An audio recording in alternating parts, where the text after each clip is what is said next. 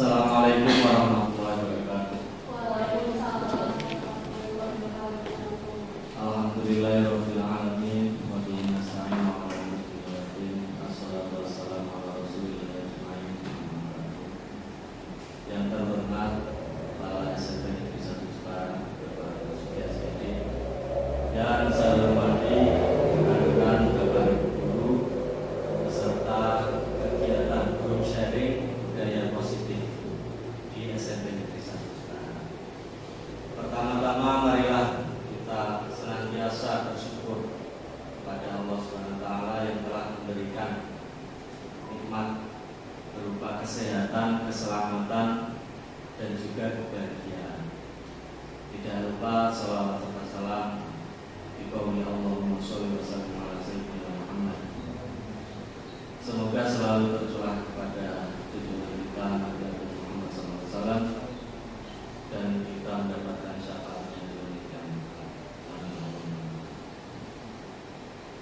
Bapak Ibu guru yang saya hormati, mengawali kegiatan pada pagi hari ini, marilah kita buka kegiatan ini dengan membaca surah Al-Fatihah. Semoga kegiatan yang akan kita laksanakan memberikan manfaat, bisa berjalan dengan lancar. Mari kita katakan Al-Fatihah Bismillahirrahmanirrahim.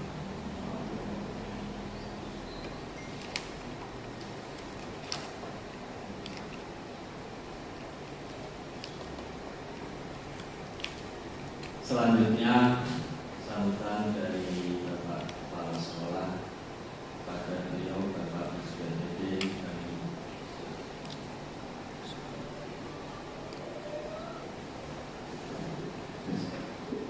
Bismillahirrahmanirrahim. Assalamualaikum warahmatullahi wabarakatuh. Alhamdulillahirabbil alamin. Syukur kepada Allah Subhanahu wa taala.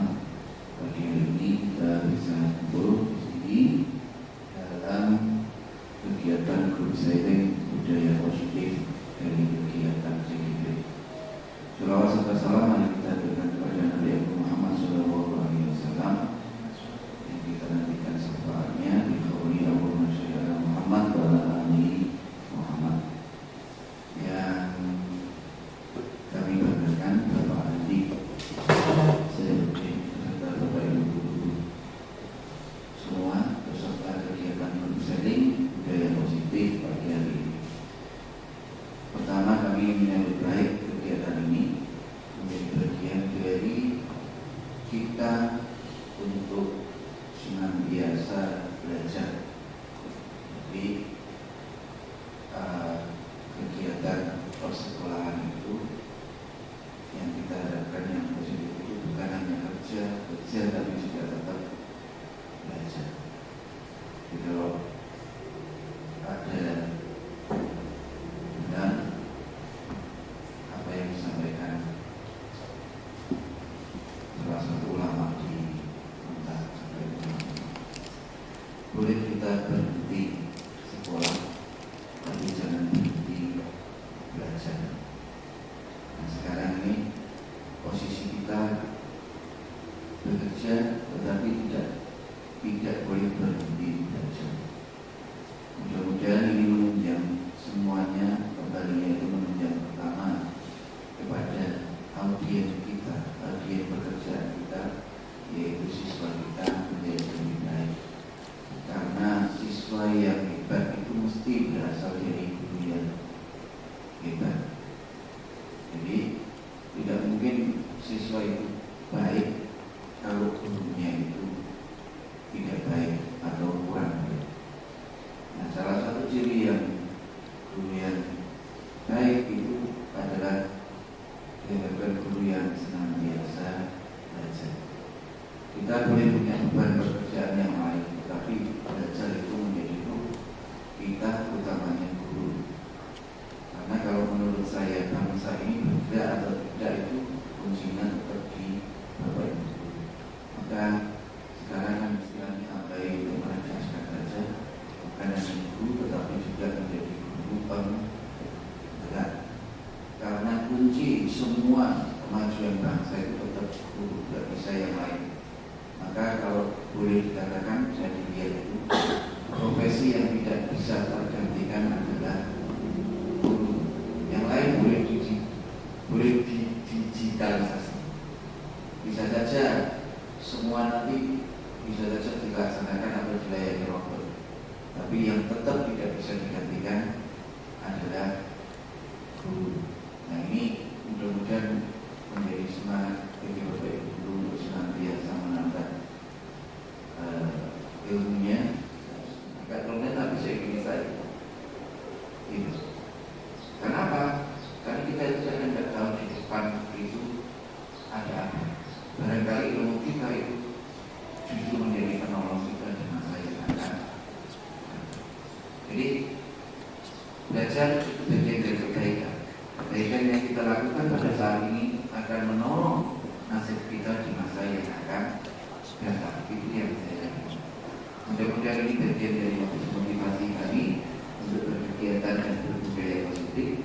Untuk itu nanti sudah saya tutup, saya selesai, saya buka, dan kami ada janji dengan Pak Budi dengan ucap kajian, dengan mengucap Bismillahirrahmanirrahim, kegiatan saling budaya positif saya nyatakan dibuka. Dan ini Assalamualaikum warahmatullahi wabarakatuh.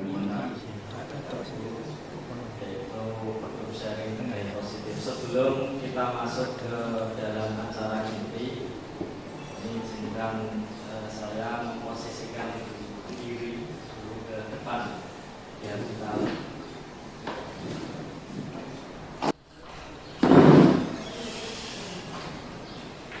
Baik Bapak Ibu yang saya hormati, sebelum kita masuk ke dalam acara inti, ada beberapa hal yang mungkin perlu saya sampaikan.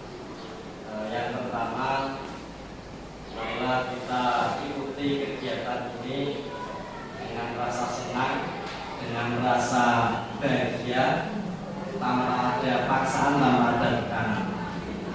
Jadi biar kita ini mengikutinya dengan rileks, dengan enjoy, sehingga apa yang kita dapatkan nanti bisa bermanfaat untuk kemajuan SMP Negeri 1 Jepara. Kemudian Bapak Ibu sekalian, nanti di sini saya bukanlah sebagai narasumber utama. Jadi saya ini tentunya memiliki pengalaman yang belum terlalu banyak dibanding dengan semua.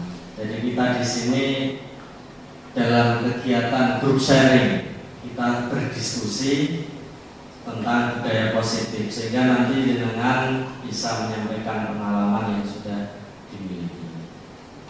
Kemudian agar kegiatan yang kita laksanakan nanti lebih nyaman, sesuai dengan rencana yang akan kita laksanakan, maka kita buat kesepakatan dulu ya, biar saling enak. Yang pertama, kita ketika mengikuti kegiatan ini diharapkan serta bisa berpartisipasi aktif di kegiatan. Kemudian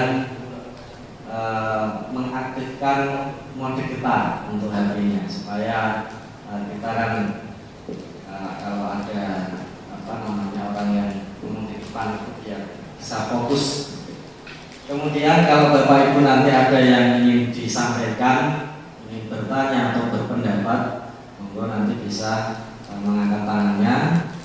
Yang terakhir yaitu kita mengoptimalkan waktu yang ada, karena waktu yang kita miliki tidak banyak. Saya tahu dengan semua punya banyak kesibukan, sudah mau meluangkan waktunya di sini. Saya ucapkan banyak terima kasih. Kira-kira dari kesepakatan ini apakah ada yang perlu dikurangi atau mungkin ditambah? Monggo. Perlu diperjelas, memanfaatkan waktu optimal jelas selesai. Oh gitu. Jadi sesuai rencana itu sebenarnya awalnya jam 10, tetapi tidak menyangka tadi Bapak Kepala Sekolah memberikan kita motivasi cukup banyak, sehingga waktu yang kita miliki ini tinggal setengah jam. Ini kira-kira bagaimana Bapak? Sesuai yang dikhawatirkan. Kadang-kadang ya seperti itu Pak. Misalnya nanti kalau lebih dari jam 10 Ngasih makan siang. tidak sampai pada sampai siang. Ngasih makan siang. Ya sampai siang. Lebih jam 10 ngasih makan. Kalau memang jam 10 itu Pak Andi sudah bisa menyelesaikan materi. Oke. Terima kasih masukannya Pak. Monggo yang lain ada perlu tambahan gitu. Mungkin dikurangi. Tidak ada ya. Kurangi jam 10. Jadi untuk mengoptimalkan waktu kita langsung saja masuk pada kegiatan inti. Jadi Bapak Ibu, kita di sini membahas tentang budaya positif. Kita sharing, saling berbagi tentang budaya positif. Jadi di sini saya ingin menyampaikan tentang pengertian budaya. Saya memahami bahwa Bapak Ibu tentunya sudah paham, sudah tahu tentang pengertian budaya. Jadi kita hanya merefresh saja pemahaman yang kita miliki, pengetahuan atau ingatan yang sudah ada. Jadi budaya itu adalah cara hidup atau kebiasaan dalam menjalani kehidupan oleh sekelompok orang. Nah, Bapak Ibu tentu melihat bahwa kita ini bisa dikatakan suatu ekosistem, suatu komunitas di sekolah.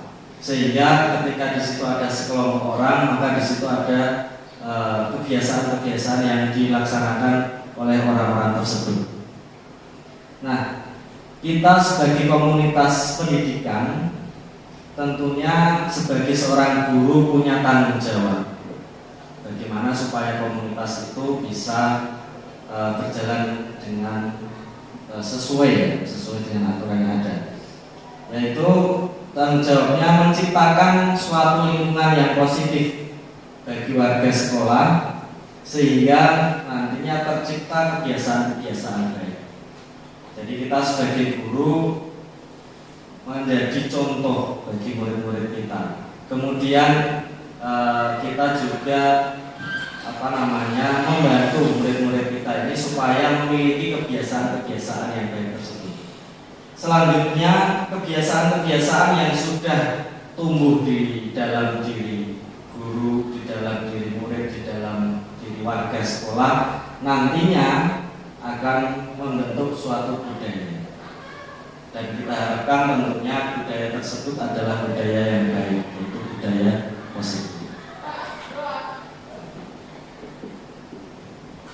Nah, agar tidak ngantuk Bapak Ibu, kita mari merenungkan sejenak tentang hal-hal positif yang ada pada diri kita atau pada diri murid.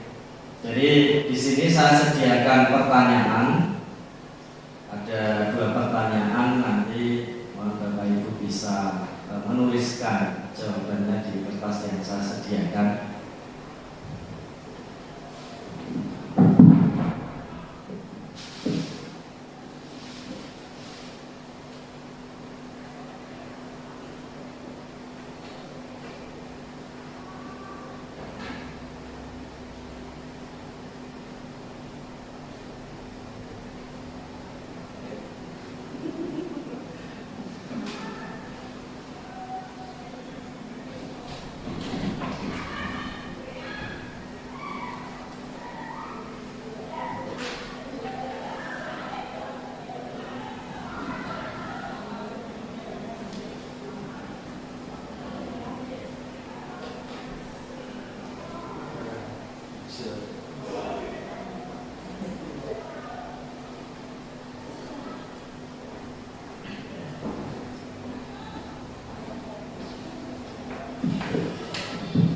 Jadi pertanyaannya seperti yang tampak di depan, yaitu sikap positif seperti apa yang Anda inginkan dimiliki oleh murid. Bisa dipersingkat seperti ini. Menurut Anda itu murid yang baik itu seperti apa? Atau murid yang Anda inginkan itu punya sifat seperti apa?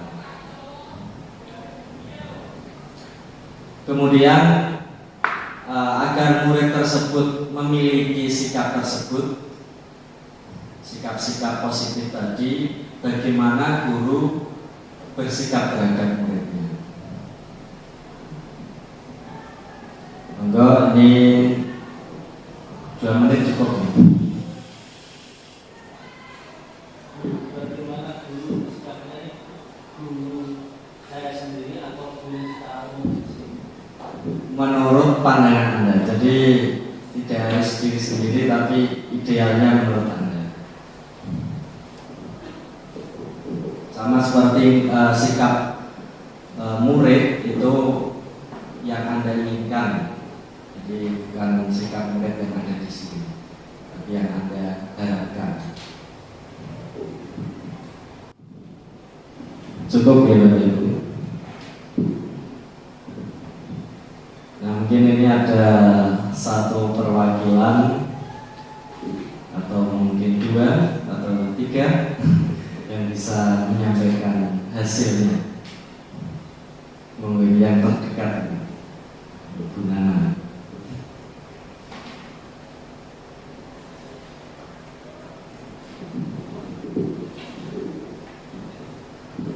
Assalamualaikum warahmatullahi wabarakatuh. Menurut saya sikap positif apa yang saya inginkan untuk peserta didik itu terutama peserta didik harus memiliki sikap yang mengedepankan akhlakul karimah. Ketika dia sopan santun terhadap guru, pasti dia akan mudah menerima materi apa yang disampaikan oleh guru tersebut. Selain itu, sikap yang selalu aktif ketika mengikuti pembelajaran di kelas. Menurut saya itu yang saat ini yang saya inginkan dari peserta didik. Terima kasih. Wassalamualaikum warahmatullahi wabarakatuh.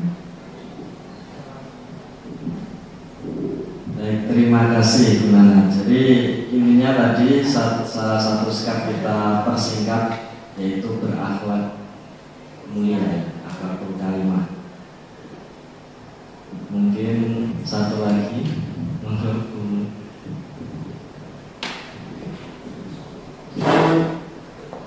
Assalamualaikum warahmatullahi wabarakatuh.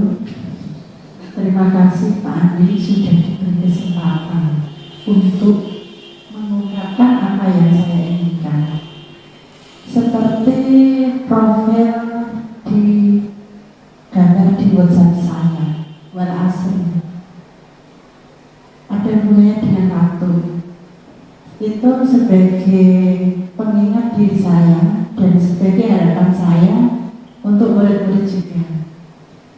Saya ingin anak-anak kita itu menjadi anak-anak yang mampu memanfaatkan waktu, baik khususnya di sekolah dulu. Dengan memanfaatkan waktu yang baik di sekolah, saya yakin anak-anak juga nanti terbiasa melakukan hal-hal yang baik. Untuk apa waktu-waktu itu? Untuk mengasah bakat mereka. Mereka sebenarnya anak-anak yang baik, anak-anak yang memiliki bakat yang dapat kita arahkan, meskipun anak-anak kita kadang-kadang agak perlu memerlukan kesadaran. Itu untuk gurunya juga sikap guru yang harapan saya terhadap bagaimana sikap guru terhadap murid. Guru hendaknya membimbing atau menuntut murid-murid dalam memanfaatkan waktu tersebut. Gitu aja. Terima kasih atas perhatian. Saya ucapkan terima kasih pada Bung Joro. Jadi intinya disiplin dalam waktu ya. Disiplin dalam waktu. Jadi memang sikap-sikap yang tadi sudah disampaikan dan tentunya sudah panjenengan tulis di situ merupakan sikap-sikap yang kita yakini baik, gitu ya. Jadi kita yakin itu adalah sikap yang baik, baik bagi diri kita maupun bagi murid. Kemudian sekedar share pengalaman saja. Pada waktu beberapa minggu kemarin, jadi di awal-awal kegiatan semester 2, saya pun juga telah menanyakan kepada siswa. Saya tanyakan kepada mereka, menurutmu siswa yang baik itu punya sikap seperti apa? Dan mereka pun menjawab hal yang kurang lebih sama seperti apa yang panjenengan sampaikan tadi. Jadi mereka pun menganggap bahwa sikap yang baik itu ya disiplin, kemudian saling menghormati, kemudian berakhlak mulia, dan masih banyak yang lain. Nah, ini kira-kira hasil beberapa sikap yang mereka tulis kemudian saya rangkum. Saya menerapkannya di beberapa kelas, mulai kelas 8B sampai 8I yang saya rangkum.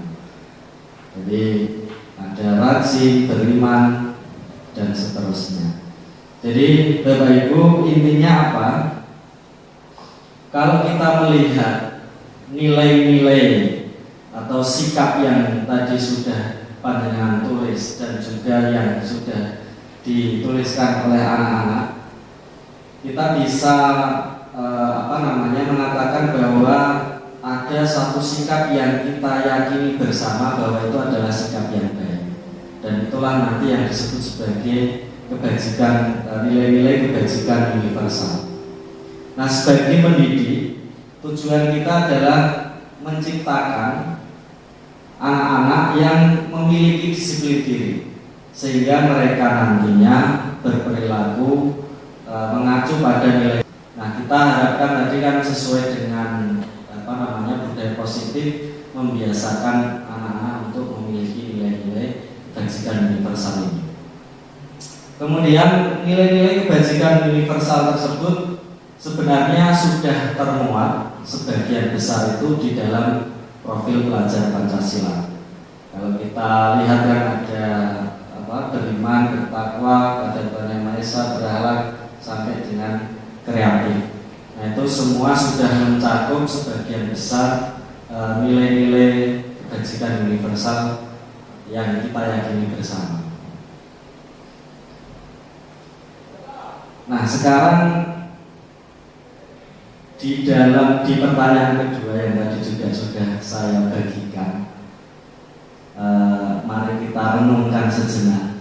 Apakah nilai-nilai tersebut, sikap tersebut itu sudah tercantum di dalam aturan sekolah? Kemudian apakah masih ada siswa yang melanggar peraturan tersebut? Jadi kita meyakini itu benar. Kemudian apakah hal itu memang sudah ada di dalam peraturan sekolah kita, dan apakah masih ada siswa yang tidak sesuai sikapnya dengan nilai-nilai kebajikan universal tersebut? Monggo, ini bisa perwakilan.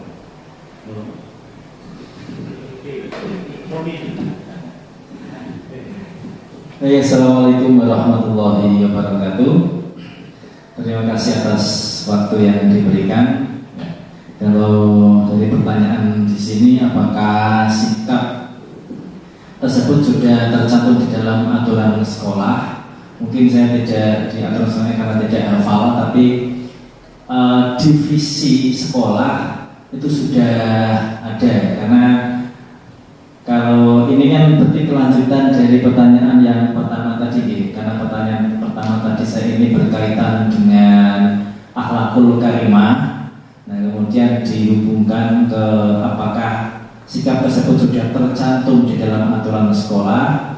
Karena saya nggak hafal aturannya, jadi saya tarik ke atas lagi ke visi. Jadi otomatis aturan itu kan akan hubungannya dengan visi. Nah, di dalam visi sekolah ini sudah ada yang berkaitan dengan akhlakul karimah, yaitu berbudi bekati luhur. Jadi saya yakin aturannya pasti ada, sudah ada. Cuma apakah masih ada siswa yang melanggar? Pasti ada juga, Pak. Jadi masih ada siswa yang melanggar. Terima kasih. Ya, terima kasih jawabannya Pak Aris. Jadi sebenarnya saya pengen jawabannya itu yang pertanyaan kedua mungkin bisa memberikan contoh salah satu hal yang baru saja kita lihat, misalnya pelanggaran yang dilakukan oleh seorang siswa. Tapi karena waktu kita tidak banyak, nanti terlalu molor. Jadi kalau kita lihat nilai-nilai tersebut sudah ada di dalam visi dan tentunya bisa dipastikan ada di dalam aturan sekolah. Kemudian meskipun nilai-nilai tersebut itu sudah ada di dalam aturan sekolah, kenapa siswa itu masih ada yang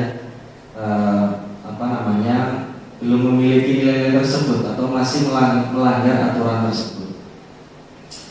Nah, untuk bisa menjawabnya, bagaimana cara kita nanti menanamkan nilai-nilai tersebut kepada siswa supaya siswa itu memiliki nilai-nilai kebajikan universal seperti yang ada di dalam profil pelajar Pancasila.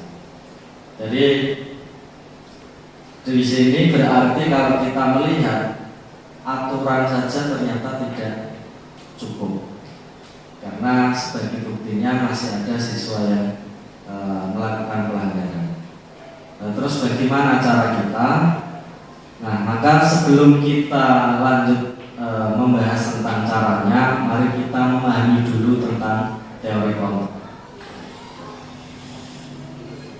Nah, Bapak Ibu tentunya sudah pernah mendengar tentang teori kontrol. Untuk memahaminya, let's play together. Jadi biasanya ini Pak Iwan sering mengajak saya mabar, sekarang kita mabar.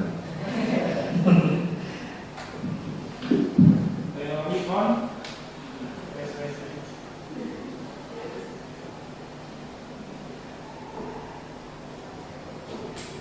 Terakhir udah dikit. Aku.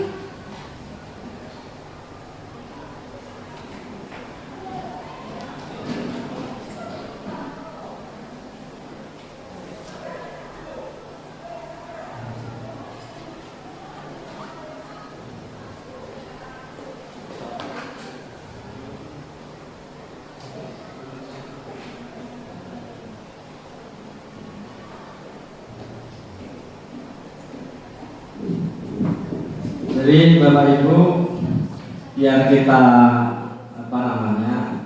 semangat kembali mengikuti kegiatan ini, di sini kita akan melakukan permainan yang nanti tujuannya untuk memahami tentang teori kontrol. Di sini ada player 1, ada player 2. Panjenengan yang dapat kertas player 1, maka nanti yang dilakukan adalah menulis satu hal yang Anda anggap penting. Satu hal saja cukup. Satu hal yang Anda anggap penting. Misalnya uang misalnya. Ya boleh barang, boleh kepercayaan, baik fisik non fisik boleh. Jadi bebas. Misalnya saya menganggap misalnya keimanan juga boleh, jadi bebas. Satu hal yang Anda anggap penting, atau mungkin ya bisa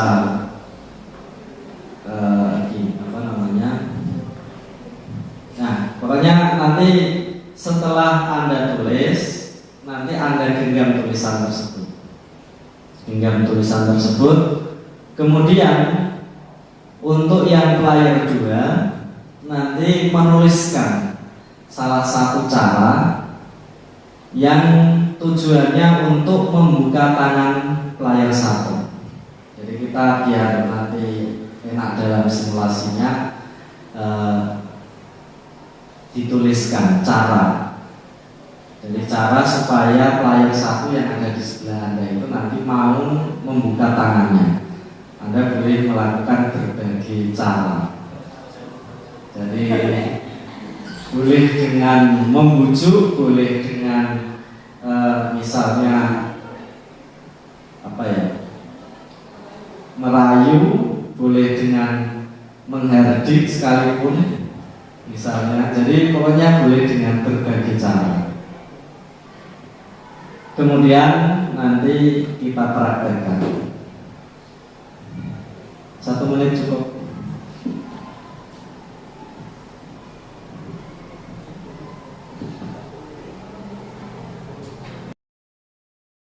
Gambar.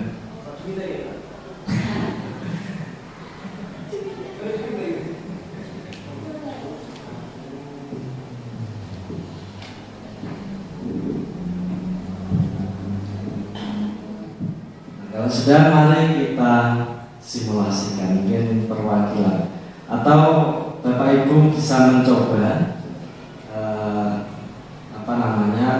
di tempat duduknya masing-masing, dan ada satu perwakilan dari player 1 dan player 2 untuk memberikan simulasi pada rekan-rekan yang duduk di belakang. Monggo Buki. Player 2, ya monggo. Kita coba simulasikan.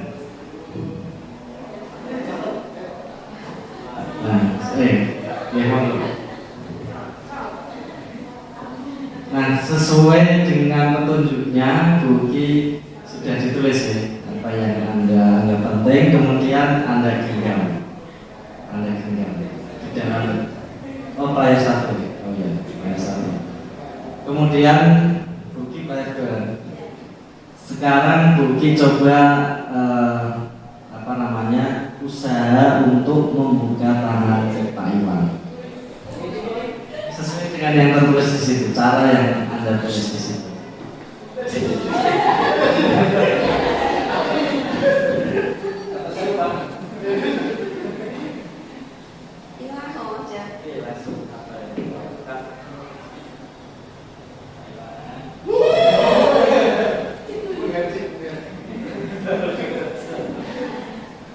Pak Iwan, ini boleh saya buka? Belum. Kalau misal saya tukar dengan teman saya, boleh? Kalau misal saya carikan jodoh, boleh? Boleh. Oke. Jadi Pak Iwan ini belum punya jodoh, ingin punya jodoh. Monggo Bu Fadika, Bu Faiza ya. Ini dibuka Pak. Saya baca. Bapak baca. Oh, sudah. Oh iya. Oke, terima kasih.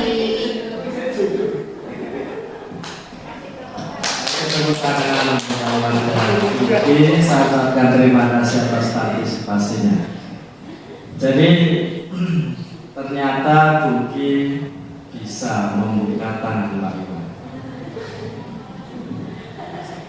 Nah Bapak Ibu, intinya dari apa yang kita simulasikan tadi adalah untuk menjawab pertanyaan ini. Tadi antara player 1 dan player 2, siapakah yang memegang kontrol? Player 1. Jadi player 1 memegang kontrol dalam arti untuk membuka tangan sesuai dengan tujuannya untuk membuka tangan. Jadi yang memegang kontrol itu adalah dia yang memutuskan dia akan membuka atau tidak.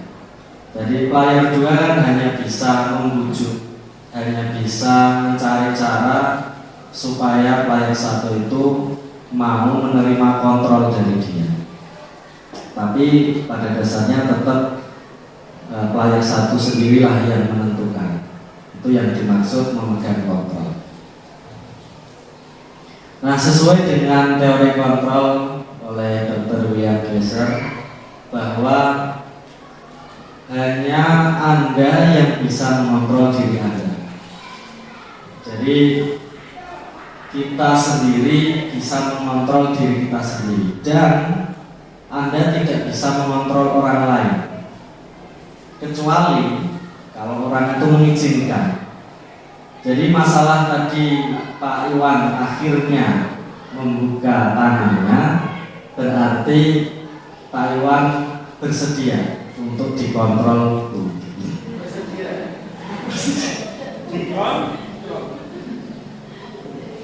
Nah, seperti itu juga yang terjadi di sekolah itu. Jadi pada dasarnya guru itu tidak bisa memaksa murid untuk melakukan sesuatu. Jadi kita ini mengontrol murid itu sebenarnya, kalau sesuai teori kontrol itu tidak bisa, karena murid sendirilah yang bisa menentukan apa yang dia ingin lakukan. Dia ingin berbuat seperti apa, dia ingin punya sikap seperti apa. Nah, tetapi kalau kita lihat di sekolah, misalnya nyatanya murid kalau saya suruh mengerjakan tugas, nggak mengerjakan Pak. Nah, itu karena murid itu mengizinkan dirinya untuk dikontrol. Jadi merupakan salah satu kelebihan yang kita miliki, yaitu kontrol guru terhadap murid. Murid menganggapnya sebagai kebutuhan, sehingga mereka bersedia untuk menerima kontrol dari guru. Nah, di dalam teori kontrol juga disampaikan bahwa semua perilaku itu memiliki tujuan. Jadi ketika murid itu bersedia untuk menerima kontrol ataupun tidak, itu ada hal yang melandasi kejadian tersebut. Nah, sebenarnya teori kontrol yang disampaikan oleh Dr. William Glasser ini cukup banyak, tetapi saya rangkum, saya pilih beberapa kalimat yang saya anggap penting dan berkaitan dengan kegiatan kita. Nah, karena tadi guru itu memiliki kelebihan, yaitu mampu mengontrol murid karena murid mengizinkannya, sehingga guru tentunya bisa memiliki kontrol dan punya pilihan. Nantinya dia ingin menggunakan cara apa untuk mengontrol murid tersebut. Dan dari beberapa posisi kontrol yang dijabarkan itu, ada beberapa posisi kontrol yang dimiliki oleh guru. Ada guru yang memilih posisi kontrol sebagai penghukum. Nah, kalau penghukum, ya berarti dia dalam mengontrol muridnya menggunakan hukuman fisik ataupun non fisik, yang nantinya akan berakibat menekan murid-muridnya. Nah, misalnya kalau ada siswa terlambat pagi, kemudian disuruh push up. Nah, maka yang seperti itu termasuk posisi kontrol penghukum. Kemudian posisi kontrol pembuat rasa bersalah. Nah, biasanya kalau yang pembuat rasa bersalah ini dia tidak menerapkan hukuman, cuma dia mengucapkan kalimat-kalimat yang membuat siswa itu merasa bersalah, membuatnya tidak nyaman, perasaannya tidak nyaman, sehingga sampai nanti berujung ke rasa bersalah. Jadi kalimat-kalimat yang disampaikan saja halus. Contohnya, misal ada satu siswa melakukan pelanggaran, kamu lagi, misalnya seperti itu. Jadi sekedar kalimat tetapi bisa menentukan atau bisa kita jadikan acuan guru tersebut menggunakan posisi kontrol. Kemudian ada posisi kontrol teman. Nah, kalau posisi kontrol teman ini, guru tersebut menggunakan hubungan baik dan humor untuk mempengaruhi murid tersebut. Jadi dia sangat dekat, sangat akrab dengan muridnya. Sebenarnya posisi kontrol teman ini punya sisi positif. Positifnya ya dia memiliki kedekatan dengan murid, ya kan? Tetapi di sisi lain masih ada sisi negatifnya. Sisi negatifnya yaitu kadangkala murid itu menjadi lupa diri. Misalnya kalau kita ingin menanamkan sopan santun kepada murid, tetapi kalau selain itu juga kadang-kadang murid itu bergantung hanya pada guru tersebut, sedangkan oleh dengan guru yang lain yang kadang-kadang tidak mau. Jadi kalau disuruh maunya hanya dengan si guru A. Kemudian kalau posisi kontrol sebagai pemantau, sesuai dengan tulisannya di situ, beliau ini orang yang mengutamakan peraturan, jadi lebih utama peraturan, kemudian menerapkan konsekuensi. Nah, konsekuensi di sini sedikit saja ya Bapak Ibu, bahwa ada istilah konsekuensi dan hukuman. Ketika saya mempelajari ini di dalam modul saat mengikuti pendidikan guru penggerak itu, saya awalnya menganggap ini hal yang sama. Jadi ternyata hukuman dan konsekuensi itu hal yang berbeda. Kalau hukuman itu sesuatu yang biasanya tujuannya adalah membuat siswa itu ya pada akhirnya akan menyakiti siswa. Ya, efek jerah, betul. Memberikan efek jerah. Kemudian kalau konsekuensi itu nanti adalah suatu hal yang terjadi karena siswa melakukan pelanggaran. Nah, di sini bedanya. Jadi kalau hukuman itu sifatnya spontan, sedangkan konsekuensi itu sifatnya sudah ada kesepakatan. Jadi kalau misalnya tadi siswa terlambat, kemudian secara spontan saya jaga gerbang, saya suruh siswa itu untuk push up, ya kan, maka termasuk hukuman yang saya berikan pada siswa. Beda lagi kalau misalnya ada siswa terlambat masuk kelas, kemudian sebelumnya saya sudah pernah membuat kesepakatan dengan mereka, kalau kamu terlambat, kamu tidak boleh istirahat, misalnya akan mengikuti pelajaran tambahan pelajaran pada waktu jam istirahat misalnya. Nah, itu maka termasuk konsekuensi. Itu perbedaannya. Jadi harus ada kesepakatan dulu dengan murid. Kemudian yang terakhir yaitu posisi kontrol manajer.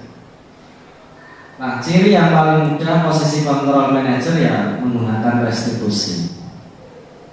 Jadi Bapak Ibu ketika nanti panjenengan akan menanamkan nilai-nilai tadi pada siswa, nah ini sebagai renungan saja. Kira-kira posisi kontrol manakah yang ingin Anda pilih? Apakah penghukum, pembuat rasa bersalah, sebagai teman, pemantau, atau manajer? Nah, cukup dijawab sekarang nanti. Kemudian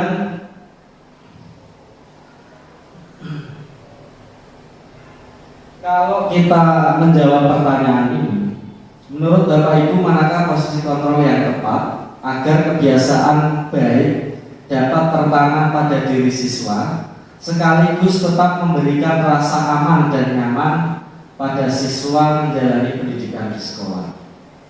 Jadi kalau dari beberapa posisi kontrol tadi, tentu untuk menjawab pertanyaan ini jawabannya adalah posisi kontrol sebagai manajer. Jadi karena apa? Tidak hanya kita ini punya tanggung jawab untuk menanamkan nilai-nilai positif pada mereka, tapi kita juga berkewajiban untuk memberikan rasa aman dan nyaman sehingga mereka itu dalam bersekolah bahagia. Nah, selanjutnya tentang 3 motivasi perilaku manusia. Jadi hubungannya dengan posisi kontrol tadi adalah kenapa kita ini harus memilih posisi kontrol sebagai manajer dan menerapkan restitusi itu karena berkaitan dengan 3 motivasi perilaku manusia. Jadi pada umumnya manusia melakukan suatu itu kan tadi ada tujuannya. Jadi ada yang memotivasinya untuk melakukan suatu tindakan. Jadi yang pertama adalah untuk menghindari ketidaknyamanan. Jadi misalnya kadangkala ada siswa itu dia mau berangkat tepat waktu, atau misalnya katakanlah saya sendiri misalnya berangkat tepat waktu tetapi takut karena ditegur oleh kepala sekolah. Nah, itu berarti saya memilih melakukan berangkat tepat waktu tadi itu karena menghindari rasa tidak nyaman atau takut karena hukuman. Selanjutnya, motivasi yang ketiga adalah untuk mendapatkan imbalan. Jadi ketika ada seorang melakukan sesuatu karena tujuannya untuk mendapatkan imbalan, maka termasuk dia memiliki motivasi yang kedua. Nah, kedua motivasi ini, yang motivasi pertama menghindari ketidaknyamanan dan motivasi kedua yang untuk mendapatkan imbalan, ini sama-sama motivasi eksternal. Jadi asalnya dari luar. Nah, motivasi yang ketiga yaitu untuk menjadi orang yang mereka inginkan dan menghargai diri sendiri dengan nilai-nilai yang mereka percaya. Nah, maksudnya apa? Sebagai contoh, kalau motivasi yang ketiga ini, misalnya Pak Andi berangkat sekolah tepat waktu, itu karena Pak Andi merasa dirinya adalah orang yang disiplin. Jadi, saya itu kan orang yang disiplin, saya nggak mau lah berangkat terlambat. Nah, itu sebagai contoh.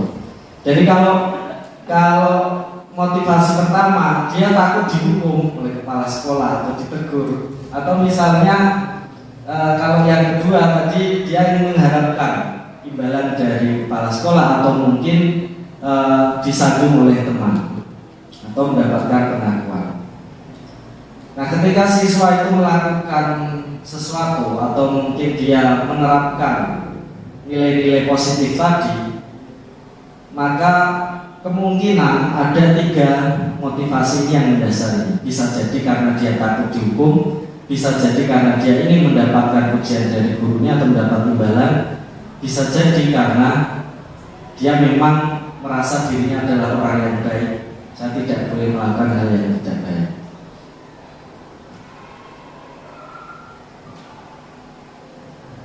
Nah, tugas kita sebagai guru adalah menanamkan motivasi yang ketiga. Jadi motivasi internal kepada murid-murid untuk menjadi orang yang memiliki nilai-nilai kebajikan universal. Kenapa harus memilih motivasi yang ketiga? Karena motivasi yang pertama itu sifatnya sementara. Yang pertama dan yang kedua. Jadi motivasi eksternal itu sifatnya sementara. Sedangkan motivasi eksternal itu motivasi eksternal yang sementara, internal itu bertahan lebih lama.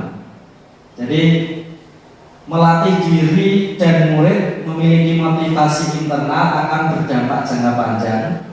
Tetapi kalau motivasi eksternal itu bersifat sementara. Sebagai contoh, kalau tadi Pak Andi berangkat sekolah tepat waktu itu karena takut dipanggil oleh kepala sekolah,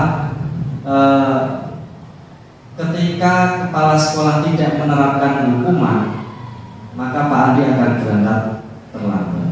Nah, itu yang dimaksud dengan sementara.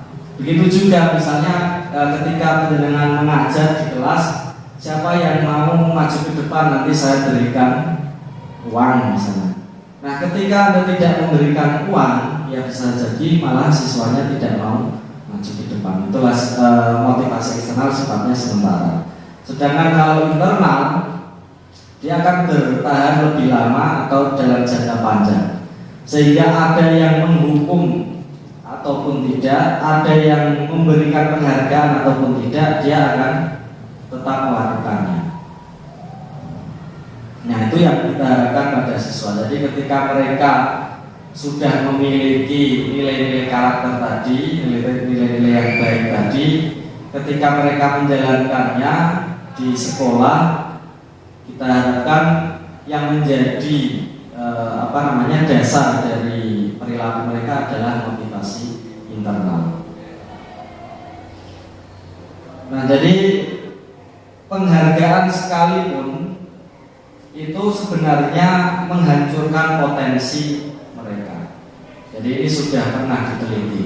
Jadi di dalam modul itu ada salah satu hasil penelitian. Ketika ada dua kelompok orang, yang satu diberi hadiah, yang satu tidak, sama-sama diberikan tugas untuk melakukan sesuatu.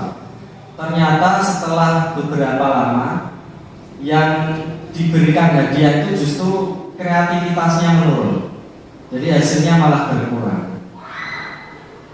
Terus sebagai contoh. Kemudian bagaimana cara kita menanamkan atau melatih motivasi internal supaya murid-murid kita tadi menjalankan nilai-nilai kebajikan universal.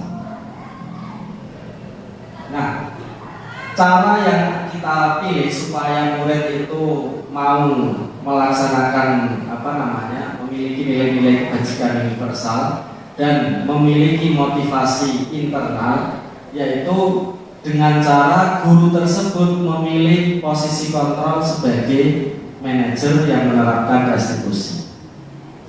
Jadi ini tadi sudah disinggung tentang restitusi. Tentunya kita sudah pernah mendengar, banyak sudah mengerjakan PMM tentang apa itu restitusi. Jadi ini kita refresh saja. Jadi apa itu restitusi? Restitusi adalah proses menciptakan kondisi bagi murid untuk memperbaiki kesalahan mereka. Jadi ketika kita sudah memberikan tadi ada aturan, kemudian aturan itu dijalankan, seandainya aturan itu dilanggar, maka kita melaksanakan restitusi. Kemudian mendapatkan mengikuti restitusi, mereka bisa kembali pada kelompok mereka dengan karakter yang lebih kuat. Jadi restitusi itu bukan untuk memberikan memperbaiki. Jadi intinya kita memperbaiki murid itu dengan cara yang baik tanpa menyakiti hatinya. Nah, restitusi itu ada 3 langkah, sehingga yang sering dikenal dengan segitiga restitusi.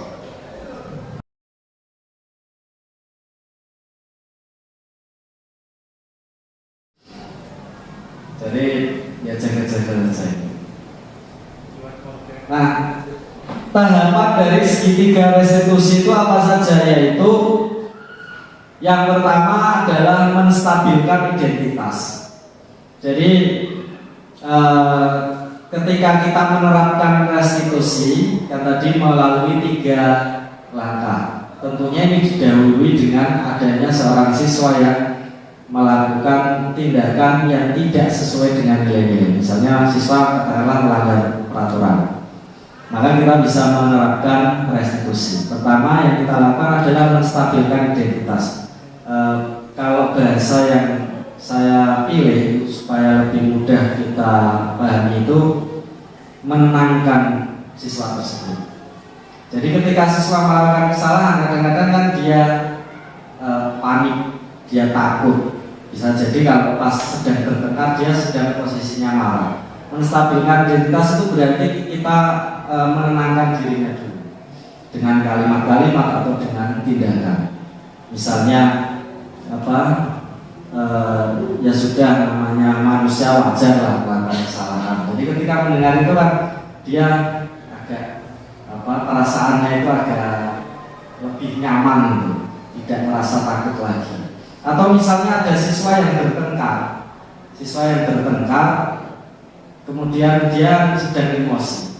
Nah, salah satu cara untuk menstabilkan identitas, kalau menurut saya, kita bisa merangkulnya.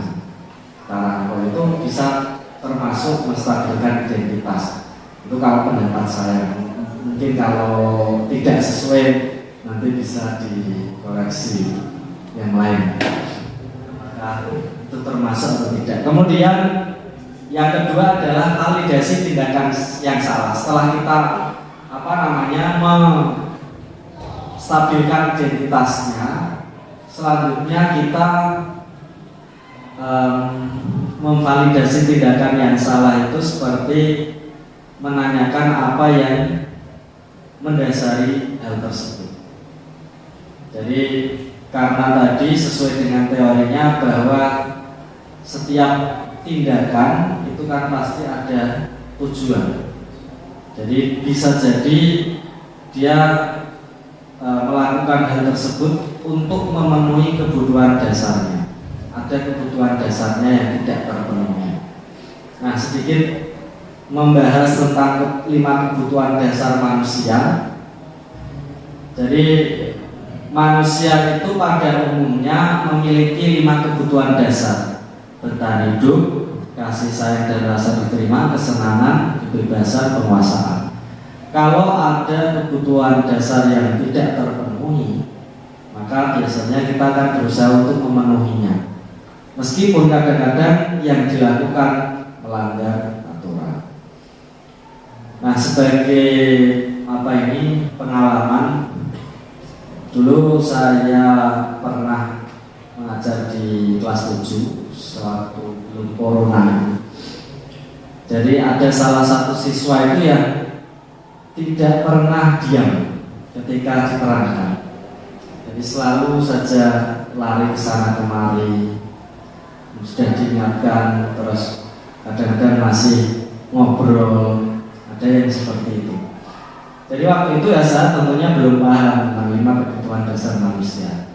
Kalau saya kait-kaitkan waktu itu, saya bisa saja menganggapnya mungkin dia itu ada kebutuhan dasar yang belum terpenuhi, yaitu mungkin kesenangan dan kebebasan. Nah, karena saya melihat siswa ini terlalu aktif, waktu itu saya coba terapkan menggunakan berbagai metode.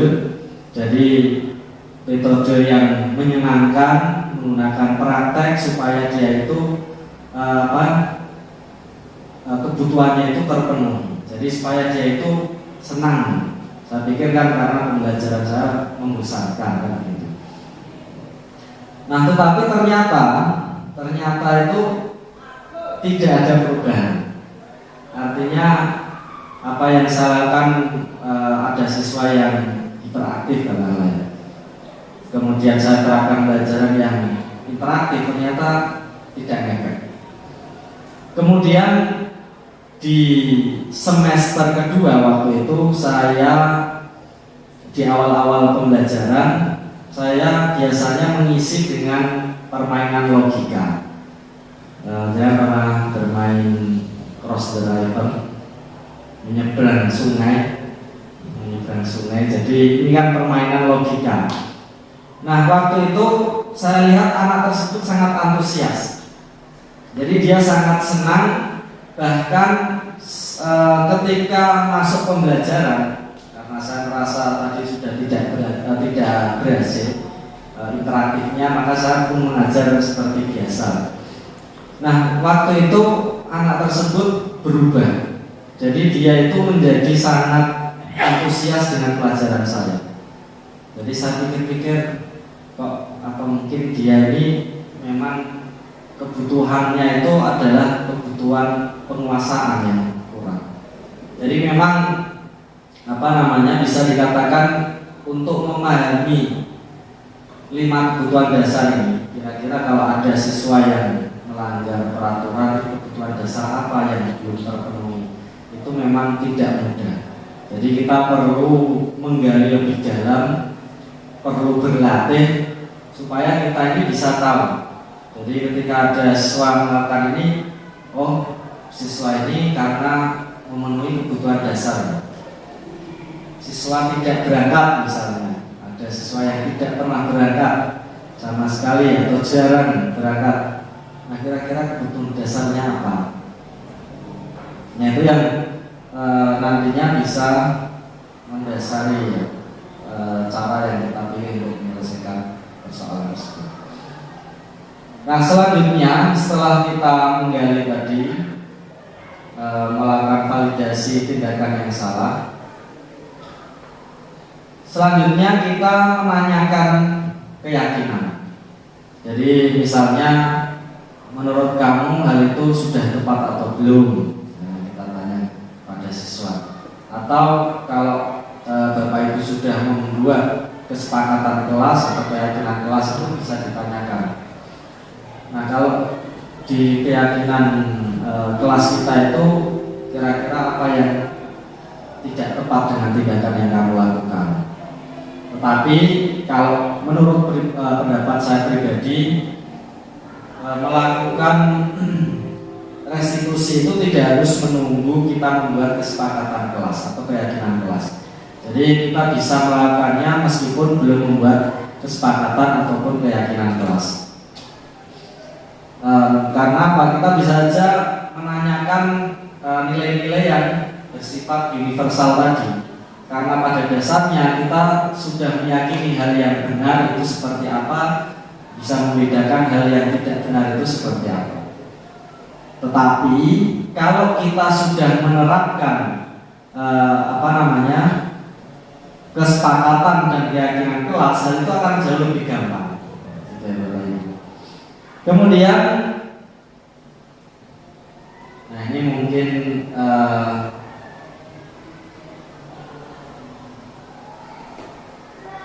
salah satu contoh kesepakatan kelas yang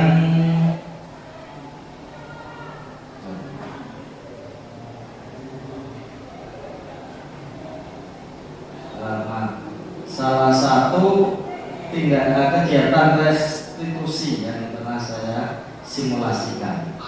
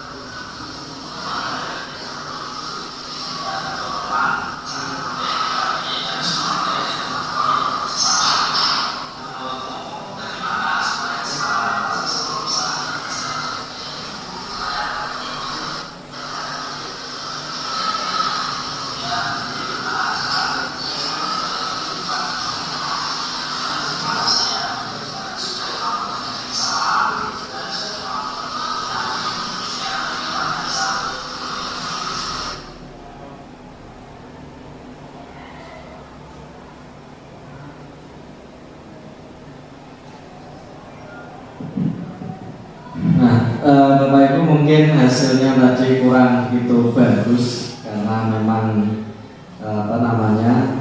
membuatnya mendadak pada waktu setelah penerimaan rapor, sehingga istilahnya one take ya. Jadi sekali ambil gambar langsung jadi tanpa ulang-ulang, makanya hasilnya tidak kurang maksimal. Tetapi intinya restitusi itu ya kalimat-kalimat yang kita sampaikan sesuai dengan tahapan-tahapan tadi. Nah, Bapak Ibu, mungkin ini ada satu tabel lagi yang bisa diisi, tapi nanti tidak langsung kita bahas sekarang. Saya bagikan saja sebagai latihan kita untuk membiasakan restitusi. Jadi intinya kalau kita ingin menerapkan restitusi itu ya kita terbiasa memilih kalimat yang tepat sesuai tahapan restitusi. Jadi saya harus ngomong yang bagaimana kalimat saya itu yang tepat sesuai dengan restitusi itu seperti apa.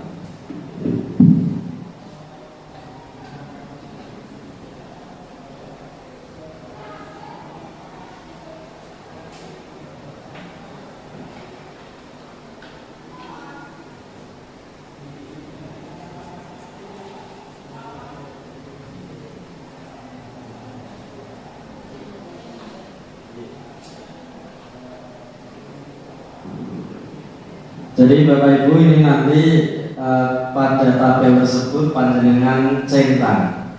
Ada pernyataan, misalnya kamu mau jadi orang yang seperti apa. Nah, itu termasuk kalimat yang menstabilkan identitas, ataukah kalimat yang diterapkan pada tahap validasi tindakan yang salah, ataukah menanyakan keyakinan.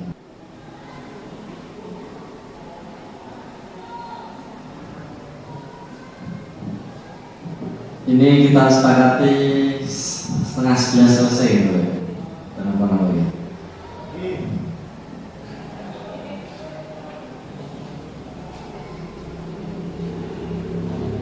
Nah, mengingat waktu yang terbatas, kertas tersebut nanti panjenengan bisa isi di kantor sebagai oleh-oleh saja. Jadi untuk latihan secara mandiri tentang memilih kalimat yang tepat saat melakukan restitusi. Nah, cara yang kedua yaitu membuat keyakinan atau kesepakatan kelas. Jadi supaya siswa tadi itu memiliki motivasi internal, kemudian dia mau menjalankan nilai-nilai kebajikan universal, maka selain kita menerapkan restitusi, setidaknya kita ini membuat keyakinan atau kesepakatan kelas. Jadi keyakinan atau kesepakatan kelas itu bisa dikatakan sangat penting, karena kita lihat tadi bahwa di sekolah itu sudah ada aturan, tapi nyatanya masih ada yang melanggar. Nah, kenapa kok masih ada yang melanggar? Ya mungkin karena siswa tersebut dia merasa bahwa aturan itu membebani. Beda lagi kalau siswa tersebut itu diajak untuk membuat, maka salah satu kelebihan dari keyakinan atau kesepakatan kelas ya di situ. Jadi melibatkan siswa. Nah, tentunya siswa itu perlu kita berikan sosialisasi, kita arahkan seperti apa nilai-nilai kebajikan universal, kemudian murid yang baik itu seperti apa. Kalau saya di awal semester ini saya coba untuk menerapkan kepada siswa itu, saya awali dengan mengajak mereka untuk menata niat mereka. Jadi menata kembali niatnya untuk sekolah. Jadi saya tanya, kamu kesini tuh mau apa? Mencari teman, pindah tempat tidur, ataukah untuk mendapatkan uang saku? Nah, ternyata sebagian besar dari mereka itu ya menjawab sesuai, jadi untuk mencari ilmu. Kemudian saya sampaikan lagi, apakah hanya untuk membuat kamu pintar saja? Kalau hanya pintar, ya, saya sampaikan pada mereka, kalau hanya pintar, maka iblis pun pintar. Ya. Nah, terus iblis yang pintar itu kan tersesat, betul atau tidak? Ya. Jadi iblis yang pintar tersesat, artinya apa? Bahwa pintar saja itu tidak cukup. Maka kita harus punya hati yang baik, punya sikap yang baik. Nah, itu ketika kita sampaikan pada siswa, mereka ya akan menyetujuinya. Jadi kita di SMP itu siswa kita sudah berada pada fase D, sudah bisa membedakan mana yang salah, mana yang benar. Tinggal kita memberi dorongan sedikit. Kemudian setelah memberikan sosialisasi, kita mengajak siswa menuliskan sikap positif seperti yang tadi dengan praktekan. Saya ajak mereka untuk menuliskan siswa yang baik menurutmu itu seperti apa, dan hasilnya seperti yang tadi ditampilkan di depan. Kemudian dari sikap nilai-nilai positif tadi saya kembangkan lagi jadi kesepakatan kelas. Kemudian kalau sudah jadi kesepakatan kelas, nanti tinggal ditempel, dibuat seperti yang ada di depan itu, supaya nanti bisa ditempel di tembok, bisa dilihat setiap hari oleh siswa. Nah, ketika kita mengajar, kemudian ada siswa yang tidak sesuai dengan sikap yang sudah disepakati, ya kita tinggal mengingatkan, kita tinggal menerapkan restitusi tadi. Nah, kalau menurut pendapat saya, keyakinan atau kesepakatan kelas itu sebaiknya dibuat oleh wali kelas. Kalau kita di SMP itu kan guru yang masuk setiap mapel berbeda-beda. Jadi lebih tepatnya itu wali kelas. Ini saya minta maaf pada Bu Ki karena kemarin di kelas itu kan saya buat sebagai praktek. Jadi ya akhirnya sudah jadi. Nanti saya belum minta izin, mana sekalian minta izin. Nanti monggo Bu Ki kalau ada yang tidak sesuai bisa didiskusikan lagi dengan siswanya. Kemudian dalam membuat kalimat yang ditampilkan di kesepakatan kelas itu, Bapak Ibu sebisa mungkin menggunakan kalimat yang positif. Jadi kita menghindari kalimat yang negatif. Misalnya jangan terlambat, maka sebaiknya kita ganti dengan berangkatlah tepat waktu. Nah, ini sangat-sangat berpengaruh karena otak manusia itu tidak bisa menerima perintah negatif. Benar ya? Misalnya jangan pikirkan es teh, maka jangan akan memikirkan es teh. Jadi kita tidak bisa menerima kata jangan. Tidak, itu malah dilakukan. Saya pernah melihat short video YouTube itu 5 hal yang tidak boleh dicari di internet. Ya kan? Setelah saya selesai nonton videonya, kemudian saya buka komentar. Saya itu senang sekali membaca komentar.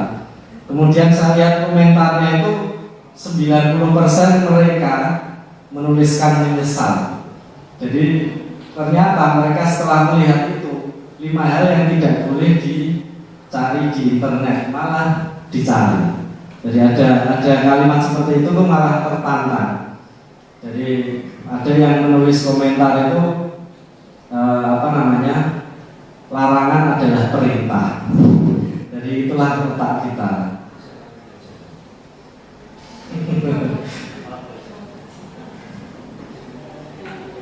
Ya kok tidak bisa ya? Kalau seperti itu kenapa tidak bisa? Ini mungkin perlu digali lagi. Tapi kalau hal-hal yang positif kok malah tidak berlaku. Nah, kemudian setelah kita membuat kesepakatan kelas atau keyakinan kelas tadi, maka kita mengajak siswa itu melakukan pendalaman keyakinan kelas tersebut dengan membuat tabel T dan dilanjutkan membuat tabel Y. Dan sebaiknya keyakinan kelas itu dibuat di awal semester atau di awal tahun pelajaran. Tetapi ya tidak harus. Kalau misalnya kita posisi sudah di tengah semester seperti ini, ingin membuat ya tidak masalah. Tetapi nanti akan memotong waktu jam pembelajaran. Karena setelah kita membuat kesepakatan kelas sudah jadi ditempel, nantinya kesepakatan kelas ini kita tanamkan kepada siswa dengan kegiatan pendalaman. Jadi kita ajak mereka itu membuat tabel T dan tabel I. Nah, mungkin ini karena waktu terbatas bisa dalami melalui di PMM ya, pembuatan tabel T dan tabel I. Atau bisa menggunakan tabel tugas guru, tugas murid. Jadi kita pilih mana nilai yang ingin diterapkan, kemudian kita tuliskan. Misalnya di sini adalah kewajiban, menjalankan kewajiban. Nilai positifnya dalam menjalankan kewajiban. Kita minta murid menuliskan tabel, mengisi tabel tersebut. Guru tugasnya apa? Kewajibannya yang mengajar, mendidik. Sedangkan murid nanti tugasnya belajar dan lain sebagainya.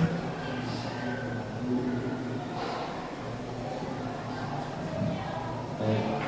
Nah, Bapak Ibu, dari penjelasan yang sudah saya sampaikan tadi, barangkali ada yang ingin ditanyakan atau mungkin memberikan tanggapan atau boleh juga memberikan masukan dan saran.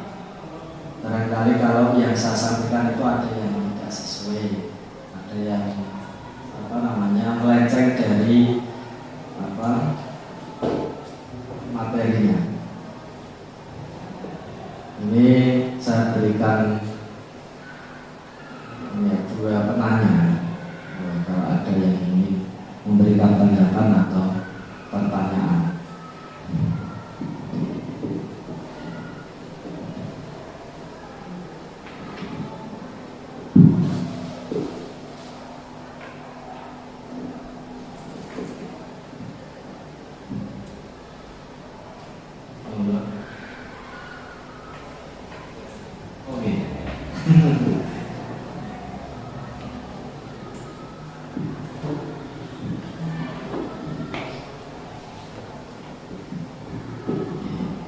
Baik, terima kasih.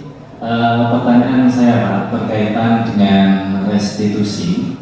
Ya, ini kadang kan kalau secara teori itu sangat bagus sekali, tapi ketika praktek itu ternyata banyak sekali kendala. Nah, saya menemui satu anak, ya, karena kalau dari restitusi itu kan kegiatannya tanya jawab seperti itu ya kepada anak.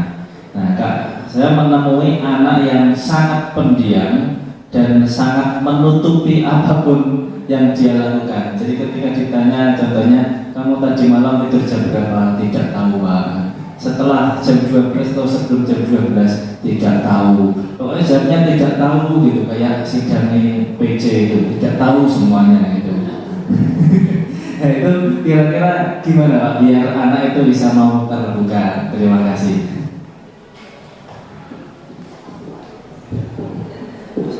Terima kasih Pak Haris atas pertanyaannya.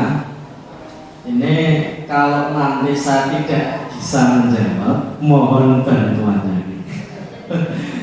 Mohon bantuannya. Jadi Pak, kalau ada pertanyaan itu memungkinkan dengan tidak langsung menjawab. Oh, Ini kita dulu ke yang memberi pertanyaan. Kalau menurut Bapak, oke. kalau ada tanggapan, menurut begini di depan itu. Oke, terima kasih. Oke, terima kasih Pak atas masukannya, bagus sekali. Monggo Bapak Ibu, apakah panjenengan ada yang mungkin punya pengalaman yang sama dan sudah menemukan solusinya? Bisa saya di sini. pernah tidak menemukan siswa yang terlalu pendiam? Saya juga pernah menemukan siswa itu yang sangat pendiam.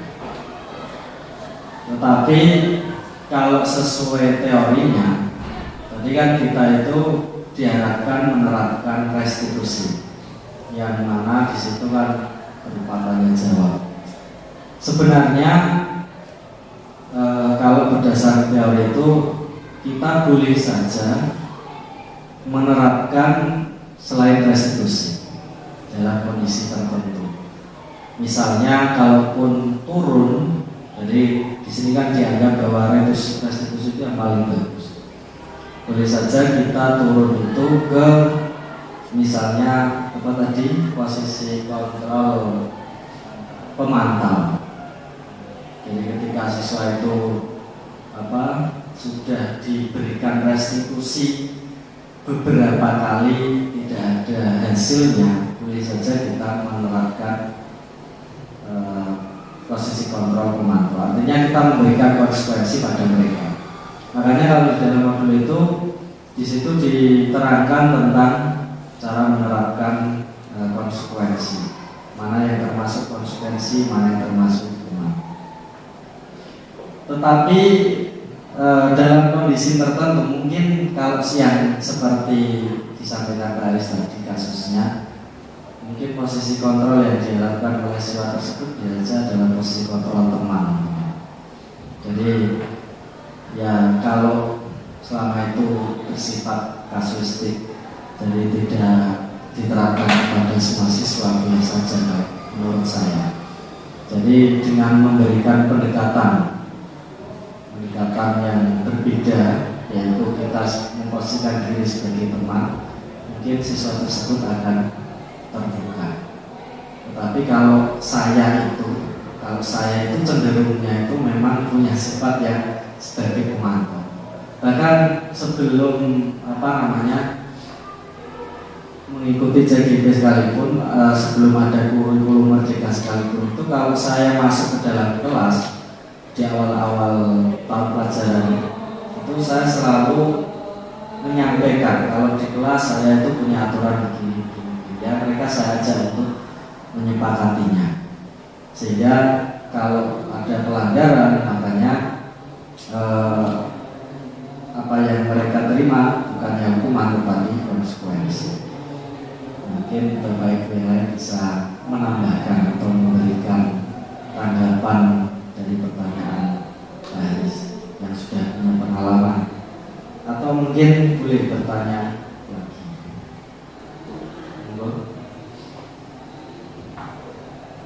Atau memberikan masukan kepada saya seperti Pak Moko, mungkin ada yang kurang. Baik Bapak Ibu, kalau memang sudah tidak ada yang bertanya atau memberikan pendapat, maka kita bisa akhiri kegiatan pada siang hari ini. Saya ucapkan sekali lagi terima kasih pada Bapak Ibu yang sudah hadir, sudah meluangkan waktunya mau mengikuti kegiatan grup hari ini. Dan juga saya mohon maaf yang sebesar-besarnya apabila selama saya mempresentasikan tentang budaya positif ini ada perkataan ataupun perbuatan yang kurang berkenan di hati Bapak Ibu sekalian. Cukup sekian dari saya. Mari kita tutup kegiatan pada siang hari ini dengan bacaan hamdalah bersama-sama. Semoga apa yang sudah kita dapatkan hari ini bisa kita terapkan, bisa bermanfaat bagi kita, bagi siswa kita, sehingga mengantarkan SMP Negeri 1 Jepara semakin maju. Mari saya antarkan alhamdulillah.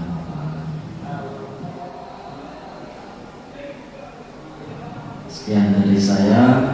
Akhirul kalam. Wassalamualaikum warahmatullahi wabarakatuh.